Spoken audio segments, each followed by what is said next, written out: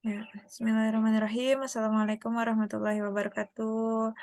Alhamdulillah rabbil alamin. Wa binasta'in ala umuri dunya waddin. Wassalatu wassalamu ala asrofil anbiya wal mursalin wa ala alihi washabihi ajmain. Ya, alhamdulillah pagi ini kita bisa ketemu lagi ya teteh-teteh semuanya, dalam rangka insyaallah sedikit belajar kembali gitu ya. Di sini Sasan juga masih belajar gitu. Jadi mungkin, nanti jikalau ada kekeliruan atau ada yang kurang bisa saling menambahkan gitu ya teteh-teteh semua. Insyaallah hari ini, atas izin Allah gitu ya, tak lupa juga salam serta salam pada Rasulullah SAW. Ini kita akan bahas tentang Sayyidah Maryam, Maryam binti Imran alaihissalam, seorang perempuan teladan dari Al-Quds. Tentunya kita nggak asing ya dengan beliau, dalam artian ya kita sebagai seorang umat Islam yang menjadikan Al-Quran sebagai panduan hidup, tentu sering gitu ya menemukan namanya dalam Al-Quran. Nah, mungkin sebelum membahas lebih lanjut, ya di sini mungkin teteh-teteh coba sedikit spill gitu ya, kasih tahu ke Salsan gitu ataupun sambil recall kembali gitu apa sih yang udah teteh-teteh ketahui gitu dari Sayyidah Maryam binti Imran gitu buat nanti jadi lebih connect nih pembahasan selanjutnya gitu karena udah sempat mengingat kembali apa yang sudah diketahui sebelumnya. Boleh open mic atau enggak tulis di kolom chat gitu ya. Ada yang mau open mic? Kalau dari chat, seorang wanita suci, ibundanya Nabi Isa. Iya, siap, Teh Selna. Ada lagi. Mungkin. Ini suara Sultan jelas kan ya? Insya Allah nggak terlalu jauh mic-nya. Ya, kita lanjutkan. Nah, tentang Sayyidah Maryam ya. Beliau adalah salah satu dari 4 wanita penghulu surga ini sebagaimana dalam hadis gitu ya. 4 wanita penghulu surga, yang lainnya ialah ada Fatimah binti Rasulullah, Khadijah binti Khuwailid, dan juga satu lagi Asiyah ya, istri dari Fir'aun. Kemudian Sayyidah Maryam merupakan seorang anak dari pasangan Imran dan Hannah binti Wahbud. Imran ini merupakan seorang yang soleh. Ada yang mengatakan juga bahwa beliau adalah seorang nabi gitu. Namun lebih dikuatkan ialah beliau seorang yang soleh yang mana namanya masuk dalam Al-Quran juga ya, dalam surat sebagai surat dalam Al-Quran yakni Al-Imran, keluarganya Imran. Sedangkan Hana binti Khaldun merupakan seorang wanita yang juga taat, beliau juga sabar dan tak berputus asa dalam beribadah, dalam berdoa kepada Allah. Saking taatnya ibunda Maryam, ibunya Bunda Maryam, ini Hana binti Khaldun sampai lupa gitu ya, sampai lupa dengan dunia. Jadi fokus untuk beribadah saja. Sehingga suatu saat beliau melihat seekor burung, seekor burung yang sedang mendapatkan makanannya. Kemudian makanan itu tidak langsung dimakan oleh burung tersebut, tetapi dibawa ke sarangnya untuk diberikan kepada anaknya. Yang mana hal ini menjadikan eh, Hana binti Fakhdut ini eh, teringat bahwa, "Oh ya, saya juga ingin memiliki anak," tetapi, niatnya untuk memiliki anak itu diarahkan kepada ketaatan kepada Allah lagi gitu ya. Jadi, sudah berjanji, sudah bernazar bahwasanya nanti, untuk anak yang akan dilahirkannya akan mengabdi di Baitul Maqdis. Jadi memang, menyerahkan anaknya untuk berkhidmat di Baitul Maqdis sudah menjadi niatnya sejak awal dan mana itu tertulis juga dalam Al-Qur'an. Kemudian, Sayyidah Maryam di masa kandungan ibunya, saat masih dalam kandungan, itu, sudah menjadi seorang yang yatim. Kemudian, eee, se dalam sebuah riwayat disebutkan bahwa sudah menjadi yatim piatu di usia 6 tahun, yang nantinya, Nabi Zakaria menjadi walinya. Kemudian sebagaimana kita ketahui, Sayyidah Maryam tumbuh di dalam Baitul Maqdis ya. Jadi beliau sangat terjaga, sangat menjaga dirinya. Kemudian diketahui juga bahwa kalau kita cek di Al-Quran tuh namanya disebutkan 34 kali dan menjadi satu-satunya perempuan yang namanya disebut dalam Al-Quran ternyata. Dan terlebih lagi menjadi salah satu nama surat ya dalam Al-Quran, yakni di surat ke-19. Nah, kemudian kalau kita belajar memahami lebih lanjut bagaimana kisah Sayyidah Maryam, tentu ini tertulis jelas gitu ya dalam Al-Quran. Salah satunya di bagian surat Ali Imran, ayat 33 sampai 37. Ya, ini mungkin langsung baca artinya aja ya. Di ayat 33, A'udzubillahiminasyaitonirrajim. Sesungguhnya Allah telah memilih Adam, Nuh, keluarga Ibrahim, dan keluarga Imran melebihi segala umat, yakni di masa mereka masing-masing. Jadi semuanya itu memiliki kelebihan telah Allah pilih gitu ya di masanya masing-masing karena ini berada di masa yang berbeda. Kemudian dalam ayat 34 sebagai satu keturunan yang sebagian dan yang sebagiannya turunan dari yang lain dan Allah Maha mendengar lagi Maha mengetahui. Ingatlah ketika istri Imran berkata, "Ya Tuhanku, sesungguhnya aku menazarkan kepada Engkau anak yang dalam kandunganku menjadi hamba yang soleh dan berkhidmat di Baitul Maqdis. Karena itu terimalah nazar itu daripadaku. Sesungguhnya Engkaulah yang Maha mendengar lagi Maha mengetahui." Nah, ini eh, kutipan ayat yang menjelaskan bahwa ibunda dari Sayyidah Maryam, yakni istri Imran, itu sudah bernazar sejak mengandung Sayyidah Maryam. Kemudian, maka tatkala istri Imran melahirkan anaknya, dia pun berkata, "Ya Tuhanku, sesungguhnya aku melahirkan seorang anak perempuan, dan Allah lebih mengetahui apa yang dilahirkannya itu. Dan anak laki-laki tidaklah seperti anak perempuan. Sesungguhnya aku telah menamai dia Maryam, dan aku mohon perlindungan untuknya serta anak-anak keturunannya kepada pemeliharaan engkau daripada syaitan yang terkutuk." Nah, ini menunjukkan bahwa sempat mungkin kalau kita jadi sebagai manusia gitu ya, secara umum pasti jadi bingung ya. Maksudnya niat awalnya bernazar untuk menghikmatkan anaknya di Baitul Maqdis dalam rumah Allah gitu, itu kebayangnya seorang laki-laki gitu, tapi ternyata yang dilahirkan adalah seorang perempuan. Maka mungkin akan menjadi keraguan apakah bisa gitu ya seorang perempuan. Namun nyatanya istri Imran, Hannah tetap menjalankan nazarnya tersebut dan menghikmatkan anaknya ke Baitul Maqdis sebagai bentuk pengabdian kepada Allah gitu ya.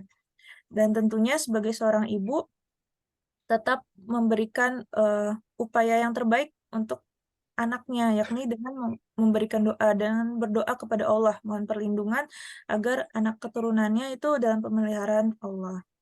Kemudian di ayat 37-nya, maka Tuhannya menerima sebagai nazar dengan penerimaan yang baik dan mendidiknya dengan pendidikan yang baik dan Allah menjadikan Zakaria pemeliharanya. Setiap Zakaria masuk untuk menemui Maryam di mihrab, ia dapati makanan di sisinya. Zakaria berkata, "Hai Maryam, dari mana kamu memperoleh makanan ini?" Maryam menjawab, "Makanan itu dari sisi Allah. Sesungguhnya Allah memberi rezeki kepada siapa yang dikehendakinya tanpa hisab." Nah, di sini menunjukkan bahwa di dalam Baitul Maqdis, Nabi Zakaria menjadi wali dari Sayyidah Maryam. Dan dalam ayat tersebut, ini bisa kita lebih pahami, lebih lanjut gitu ya, bahwasanya di sini ada yang namanya mihrab ya. Mihrab dikhususkan tempat Maryam untuk beribadah kepada Allah. Jadi selain mengabdi di Baitul Maqdis untuk menjadi pelayan dalam rumah Allah, eh, Sayyidah Maryam juga fokus untuk beribadah. Jadi kalau nggak melakukan aktivitas kerja ataupun ya makan dan sebagainya, Sayyidah Maryam fokus gitu ya untuk beribadah di tempat khusus dan itu menjadi indikasi bahwa penting untuk kita memiliki tempat khusus gitu ya untuk beribadah. Nah, di sini eh, dalam salah satu referensi gitu ya, di sini ada kata mayyasya gitu ya. Jadi Allah memberikan rezeki kepada siapa yang dikehendaki, dikhususkan kepada siapa yang dikehendaki. Dan nantinya Nabi Zakaria ketika melihat bahwa Sayyidah Maryam ini, wah Masya Allah mendapatkan rezeki yang mana rezeki ini makanan-makanan yang mungkin tidak ada di zaman di di musim tersebut gitu. Jadi Nabi Zakaria bertanya gitu, makanannya dari mana gitu? Karena memang kok bisa dapat makanan di saat itu gitu, yang mana seharusnya tidak ada makanan tersebut, misalkan buah-buah tertentu. Makanya dari fenomena tersebut gitu Nabi Zakaria melihat bahwa ada rezeki yang dikhususkan yang diberikan oleh Allah kepada Sayyidah Maryam, maka Nabi Zakaria melihat bahwa oh ternyata mihrab ini menjadi hal yang penting untuk bisa dimiliki, untuk bisa berdoa kepada Allah. Tuh, jadi eh, Nabi Zakaria bukan iri tetapi menjadi motivasi tersendiri untuk bisa mendapatkan kehendak dari Allah gitu ya, mendapatkan rezeki sebagaimana eh, si Sayyidah Maryam, sebagaimana Sayyidah Maryam bermohon di mihrabnya. Dan dalam kelanjutan di surat Ali Imran ini, akhirnya Nabi Zakaria dikisahkan bisa memiliki anak gitu, memiliki keturunan bagaimana keinginannya gitu ya, walaupun sudah tua dan juga dikatakan mandu. Ya, Hah? selanjutnya Iya, eh, Kak. di sini masih di surat Ali Imran gitu ya.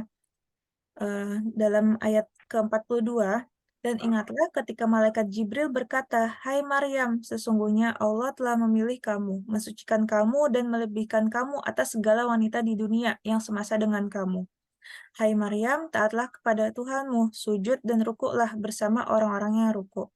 Yang demikian itu adalah sebagian dari berita-berita gaib yang kami wahyukan kepada kamu. Padahal kamu tidak hadir bersama mereka ketika mereka melemparkan anak-anak panah mereka untuk mengundi siapa di antara mereka yang akan memelihara Maryam. Dan kamu tidak hadir di sisi mereka ketika mereka bersengketa. Ingatlah ketika Maryam berkata, "Hai Maryam, sesungguhnya Allah menggembirakan kamu dengan kelahiran seorang putra yang diciptakan dengan kalimat yang datang daripadanya. Namanya Al-Masih Isa putra Maryam. Seorang terkemuka di dunia dan di akhirat, dan termasuk orang-orang yang didekatkan kepada Allah."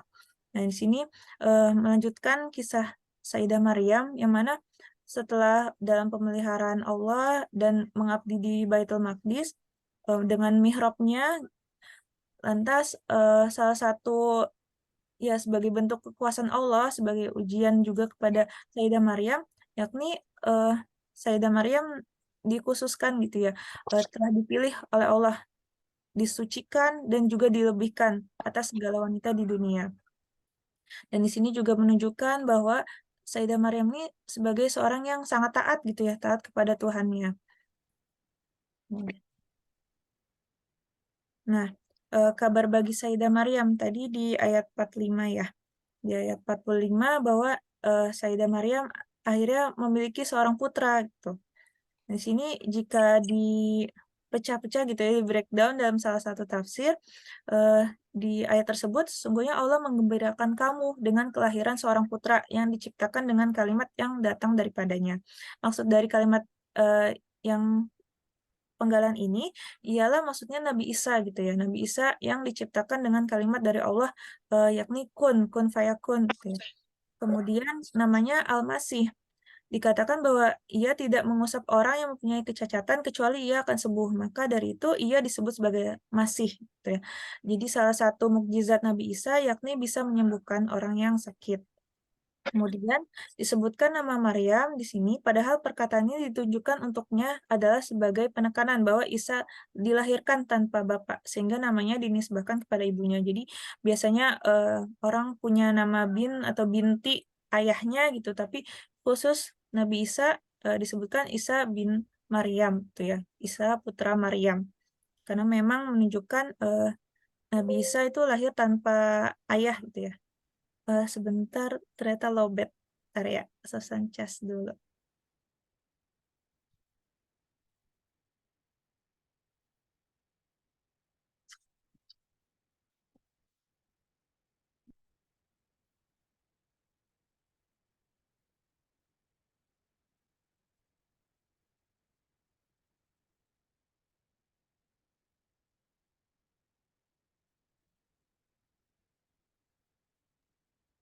Oke, lanjut. Dalam ayat ini juga disebutkan bahwa, eee, yakni orang yang mempunyai kedudukan dan salah satu kedudukannya di dunia adalah kenabian dan kedudukannya di akhirat adalah syafaat dan derajat yang tinggi. Ini dilanjutkan tentang, Nabi Isa gitu ya, dan juga yang didekatkan kepada Allah.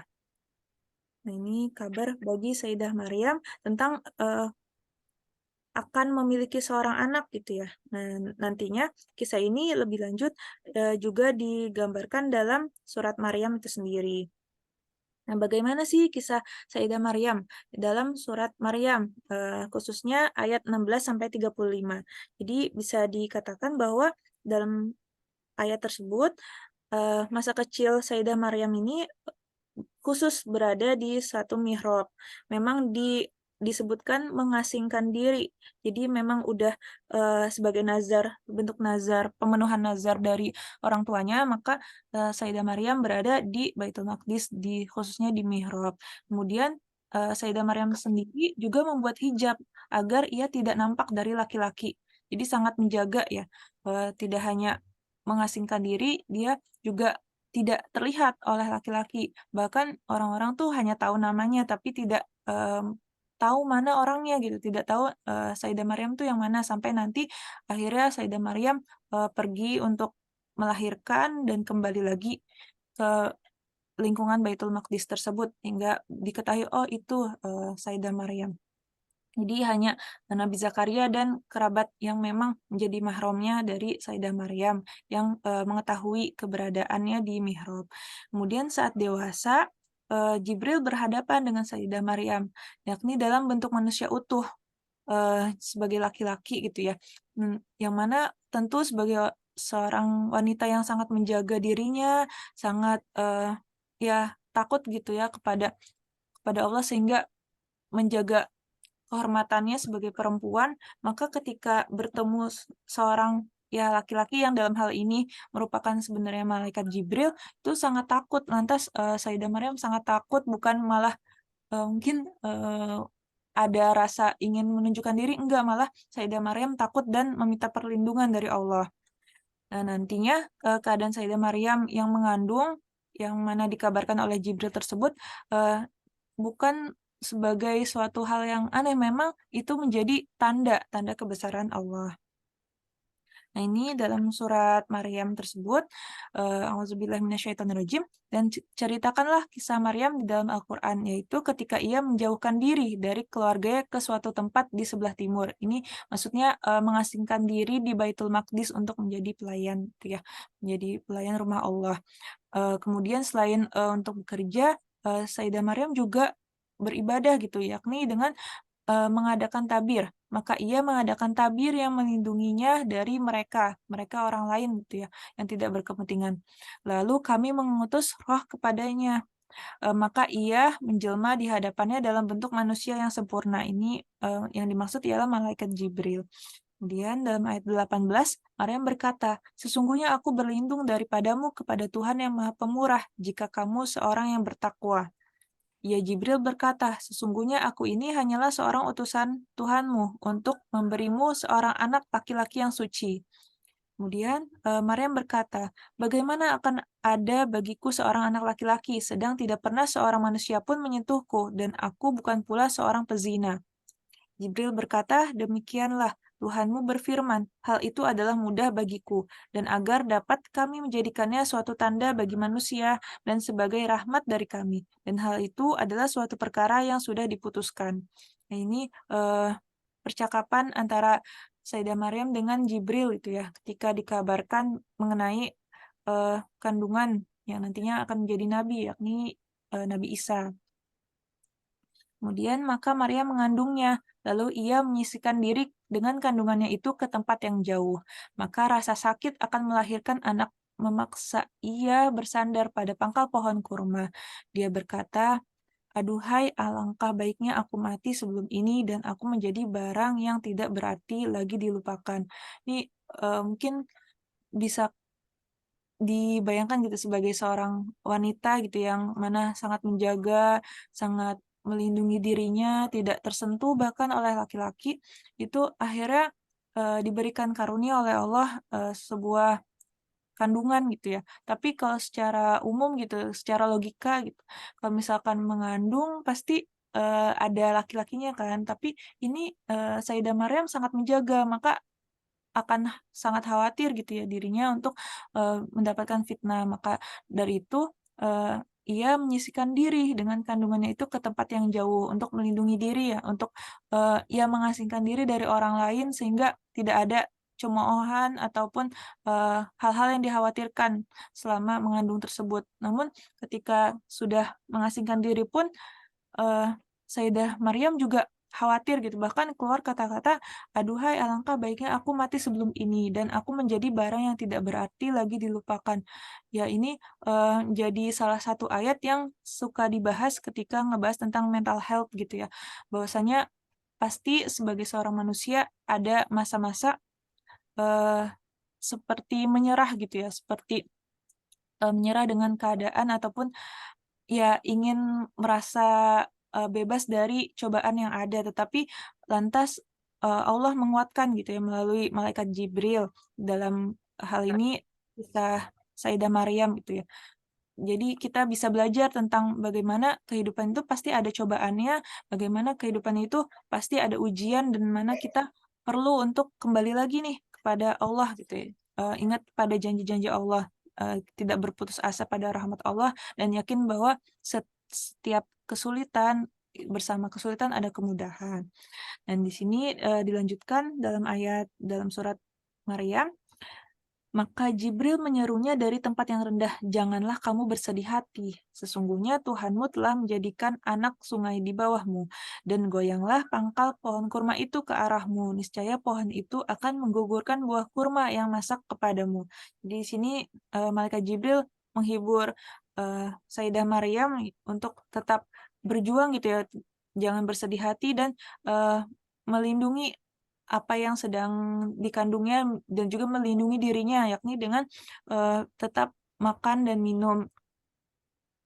Kemudian, di ayat selanjutnya ini ya, yang tadi ya, maka makan, minum, dan bersenang hatilah kamu. Jika kamu melihat seorang manusia, maka katakanlah, sesungguhnya aku telah bernazar berpuasa untuk Tuhan yang Maha Pemurah, maka aku tidak akan berbicara dengan seorang manusia pun pada hari ini.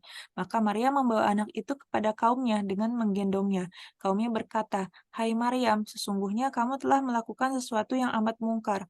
Hai saudara perempuan Harun, ayahmu sekali-kali bukanlah seorang yang jahat, dan ibumu sekali-kali bukanlah seorang pezina." Maka Maryam menunjuk kepada anaknya. Mereka berkata, "Bagaimana kami akan berbicara dengan anak kecil yang masih dalam ayunan?" Berkata Isa, "Sesungguhnya aku ini hamba Allah. Dia memberiku Alkitab Injil, dan dia menjadikan aku seorang nabi. Dan dia menjadikan aku seorang yang diberkati di mana saja aku berada.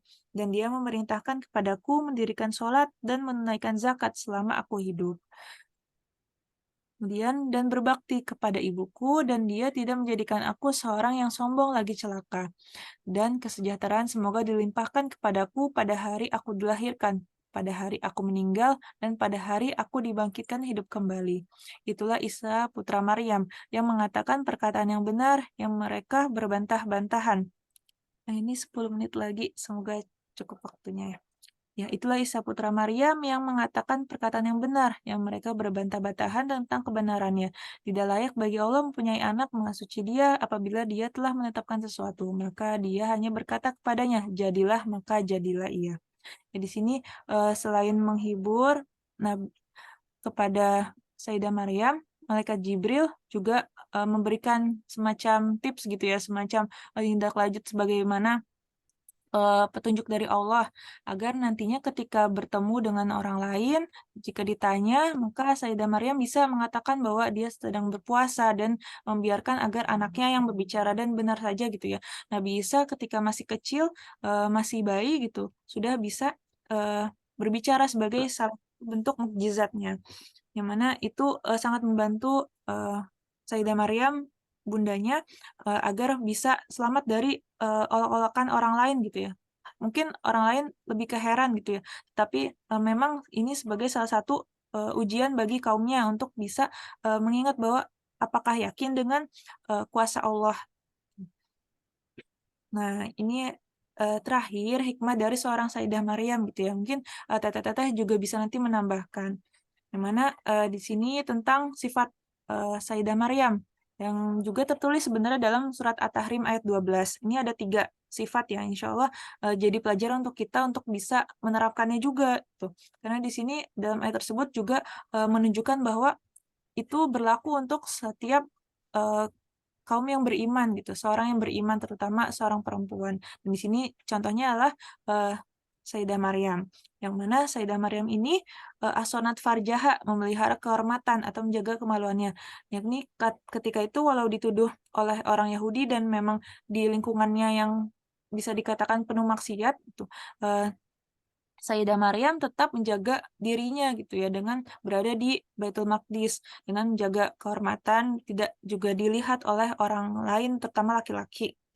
Yang kedua, wasodaqat, yakni yang membenarkan dengan ilmu dan pengetahuannya yang telah didapatkannya gitu ya, dikaruniakan oleh Allah, eee, Sayyidah Maryam bisa membenarkan kalimat Rabb-nya dan juga, kitab-kitab dari Allah gitu, dengan mengamalkan syariat dan juga dengan menerima dalam artian, eee, ya dengan tulus gitu ya, menerima apa yang dikabarkan oleh Jibril gitu ya, tentang kandungannya. Kemudian yang ketiga ialah qonitat, yakni yang taat. Jadi bentuknya yang ditunjukkan oleh Sayyidah Maryam yakni dengan takut, dan khusyuk selama beribadah gitu ya, semata-mata hanya, mengharap ridho Allah. Dan, bentuk ketaatannya itu sebenarnya sudah tergambarkan juga dari keluarganya, yang mana ibu bapaknya merupakan orang yang soleh, yang penuh dengan kebaikan dan juga ketaatan. Nah, yang kedua, ini ya jadi pesan kita semua bahwasanya segala sesuatu bisa dimulai dari keluarga gitu ya. Jadi kemuliaan Sayyidah Maryam ini tidak terlepas dari niat baiknya seorang ibu, dari Sayyidah Maryam yakni Hamnah gitu ya, yang mana sudah bernazar, yang sebelumnya bernazar itu memang kuat gitu ketaatannya kepada Allah. Jadi pernikahan itu harapannya tidak sekedar hanya melanjutkan keturunan, tetapi juga melahirkan keturunan yang bisa beribadah dan mengabdi kepada Allah semata-mata, sebagai seorang hamba gitu ya. Apalagi sih yang kita harapkan gitu dari dunia selain kembali ke surga gitu ya, mana penting banget untuk kita menyiapkan bekal untuk bisa meneruskan juga apa yang menjadi wasilah gitu ya dari Rasulullah dengan menaati berbagai aturan yang ada dan juga, berusaha untuk menjadi umat yang terbaik gitu ya. Menjadi bagian dari umat yang terbaik. Insya Allah itu, yang bisa Sasan sampaikan. Barangkali dari teteh-teteh yang lain ada yang mau menambahkan ataupun dari hikmah gitu ya, memberikan tambahan nih sebelum meetingnya selesai. Karena kebetulan hari ini memang ada problem gitu ya di Zoom yang biasa, jadinya, mau nggak mau pakai Zoom yang limited gitu ya, yang tidak premium, jadi terbatas waktunya. Alhamdulillah, sekian. Assalamualaikum warahmatullahi wabarakatuh. Waalaikumsalam warahmatullahi wabarakatuh. Syukran, Warahmatullahi wabarakatuh. Dek Fauzan. Oh iya, Ada yang mau nambahin hikmah yang bisa didapat dalam kajian pagi ini? Mangga, iya Teh siapa aja deh? Teh Ria, Teh Liput, Teh Hamidah, Teh Zahra ya? Hmm. Ada yang mau nambahin? Ini Iya, pada sehat semua? Teh Ria, Teh Liput, Teh Hamidah, Teh Zahra? Zara mah alhamdulillah sehat kebetulan nih. teh habis begadang ini teh. Waduh, Yang kecilnya Kenapa? demam setengah Demam. tiga. Woy. Oh, mm-mm. Oh, siapa? Alah, siapa nih teh? Razra kok Razra sih? Namanya siapa tuh yang kecil tuh? Nazra, ya. Iya Nazra. Nazra. Mm. Anak-anak sehat teh. Di sini lagi musim batuk pilek demam. iya, Alhamdulillah, udah sehat. Liburan ya, pada libur ini tanya. Mm-mm. belum masuk. Ada yang mau nambahin lagi nggak teh sebelum kita tutup kajian pagi ini? Mungkin sebagai para ibu gitu ya, yang sudah membesarkan anak gitu ya, mungkin bisa share hikmah gitu ya, apa benefit atau manfaatnya dari menjadi seorang ibu yang juga bertakwa gitu ya. barangkali. Atau hal lain boleh banget Teteh. Masya Allah teh Sausan hatur nuhun nih lengkap. Beberapa baru Zahra tahu juga termasuk nama ibunya Ibunda Maryam apa Sayyidah Hamnah. Maryam ternyata siapa namanya tadi teh Hamnah ya. Mm-mm. Bagus ya buat nama anak ketiga nanti Zahra ya. Hamnah. Iya. Jadi kalau jadi ibu rumah tangga kan ini ya, kalau kaitannya gitu sama hikmahnya tadi Ibunda Maryam. Jadi meskipun kita berdiam diri di rumah gitu ya, nggak kerja nggak apa, atau bagi yang nggak kerja gitu ya, bagi yang ada kesibukan di domestik, nggak usah ragu lagi gitu ya sama rizki Allah. Gitu. Rizki Allah mah pasti datang tepat pada waktunya sesuai takarannya gitu ya. Fokus kita mah ya udah ibadahnya ibu apa? Ya taat sama suami, mendidik anak-anak, kita cukup itu aja ya, nggak usah menye-menye gitu ya, pengen ngapa-ngapain yang nggak bisa sesuai kemampuan gitu ya. Fokus aja ibadah, insya Allah Allah mudahkan gitu ya segalanya, insya Allah. Betul. Amin.